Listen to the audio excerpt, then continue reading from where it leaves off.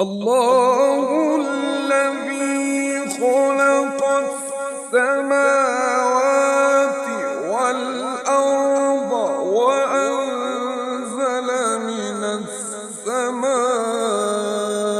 السماء ماء فأخرج به من الثمرات رزقا لكم وسخر لكم الفلك لتجري في البحر بأمره